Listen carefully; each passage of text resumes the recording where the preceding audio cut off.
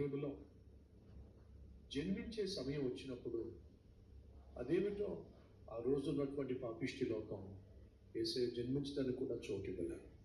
నువ్వు నేను నివసించడానికి దేవుడిచ్చిన సత్రం ఈ భూమి. ఏమిటి? మనం నివసించడానికి దేవుడు మనకు ప్రసాదించిన సత్రమే ఈ భూమి. దేవుడిచ్చిన సత్రమైన ఈ భూమి మీద దేవుడే జన్మించే రోజు వచ్చినప్పుడు, దేవుడిచ్చిన సత్రాన్ని అనుభవిస్తున్న మనుషులు ఆ దేవుడు జన్మించే సమయం వచ్చినప్పుడు జన్మించడానికి చోటు కూడా ఇవ్వలేదండి. ఎంత దురదృష్టం, ఎంత విచారకరం. ఆనాడు సత్రంలో లోకరక్షకునికి చోటు లేదు. ఇప్పుడు నిన్ను దేవుడు నిర్మించాడు. దేవుడు నిన్ను నిర్మించినప్పుడు నీలో నివసించాలి అని చెప్పి హృదయము అనే గది నిర్మించాడు.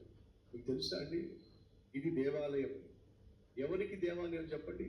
మీ దేహము దేవుని ఆలయమని మీరు ఎరుగరా?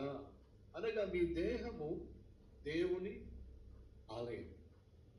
ఈ ఆలయములో దేవుడు నివసించాలి ఆశపడుతున్నాడు. ప్రత్యక్ష గుడారాన్ని మీరు చూస్తే ముందు పరిశుద్ధ స్థలము, ఇంకొంచెం ముందుకెళ్తే అతి పరిశుద్ధ స్థలము. మొత్తం కలిపి ఏమని పిలుస్తున్నాం మనం? మొత్తం కలిపి టెంపుల్ అని పిలుస్తున్నాం. ప్రత్యక్ష గుడారము, దేవుని మందిరము అని పిలుస్తున్నాం. ఆ మందిరంలో రెండు భాగాలు, ఒకటి పరిశుద్ధ స్థలము, రెండు అతి పరిశుద్ధ స్థలము. రైట్? ఇప్పుడు ఈ శరీరాన్ని ఏమని పిలుస్తున్నాం? దేవుని ఆలయము. ఈ శరీరంలో రెండు భాగాలు ఉన్నాయి. ఒకటి దేహము పరిశుద్ధ స్థలము, హృదయము అతి పరిశుద్ధ స్థలము. ఈ హృదయములోనే దేవుడు నివసించే స్థలము.